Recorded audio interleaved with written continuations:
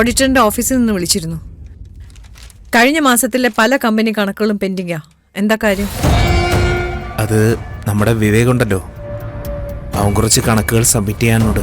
അങ്ങനെ ഒരാൾ ജോലിയിൽ വീഴ്ച വരുത്തുന്നുണ്ടെങ്കിൽ അതെന്തുകൊണ്ട് എന്നെ അറിയിച്ചില്ല? അത് സൂര്യയുടെ ഫ്രണ്ട് ആയതുകൊണ്ട്. കമ്പനി കാര്യങ്ങളിൽ അങ്ങനെ ആർക്കും വിട്ടുവീഴ്ചയില്ല. അവനെ വിളിക്ക്.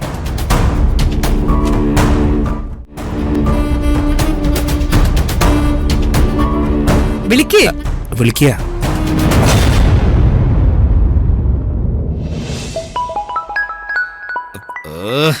ഇങ്ങനെന്തിനാ ഈ നേരത്ത് വിളിക്കുന്നേ?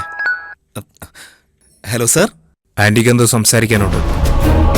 സ്പീക്കറിലിട്. അരമണിക്കൂറിനുള്ളിൽ ഓഫീസിലെത്തണം. അവിടുന്ന് ചില കണക്കുകളുമായി ഓഡിറ്ററിന്റെ അടുത്ത് പോകാനുള്ളതാണ്. അത് പിന്നെ മാഡം. No excuse. അക്കൗണ്ടുകൾ സബ്മിറ്റ് ചെയ്യാൻ ബാക്കിയുണ്ടെന്ന് വിജയകുമാർ പറഞ്ഞു. This is your mistake. പെട്ടെന്ന് അവിടെ നിന്ന് ഇറങ്ങിയ. മാഡം, എനിക്ക് ഒട്ടും വയ്യ, പനിയാ. ഞാൻ ഇപ്പോ ഹോസ്പിറ്റലിൽ നിന്ന് തിരിച്ചു വന്നതേ ഉള്ളൂ. ഞാൻ നാളെ വന്നാ മതിയോ മാഡം? എന്താന്ന് വെച്ചാ ചെയ്.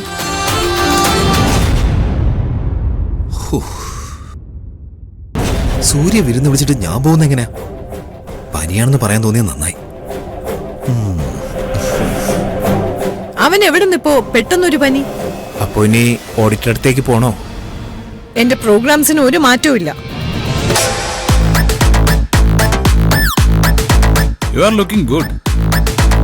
ഈ വിരുന്നിനൊക്കെ ചെല്ലുമ്പോഴേ നമ്മൾ കുറച്ച് ഹാപ്പി ആയിരിക്കണം, വേണ്ടേ?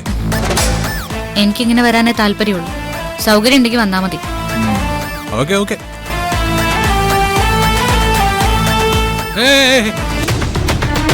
സൂക്ഷിച്ച്. പടി ഇറങ്ങുമ്പോൾ സൂക്ഷിക്കണ്ടേ? സാരമില്ല, എന്റെ കൈ പിടിച്ചിറങ്ങിയാ മതി.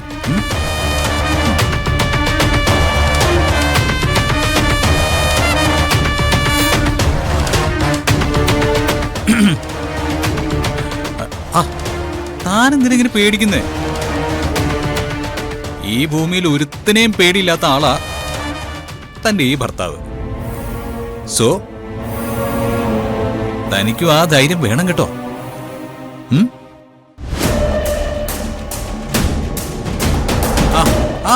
അളിയാ,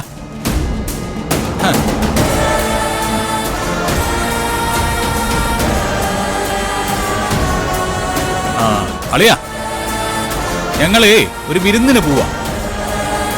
എന്റെ ഒരു ഫ്രണ്ടിന്റെ വീട്ടില്. ഈ വിവാഹം കഴിഞ്ഞാല് അങ്ങനെ ചില ചടങ്ങുകളൊക്കെ ഉണ്ടല്ലോ. അങ്ങനെയല്ലേ നമ്മുടെ ഭാര്യയെ ചുറ്റുമുള്ളവരൊക്കെ പരിചയപ്പെടുന്നേ, അല്ലേ അളിയാ? അതെ അതെ.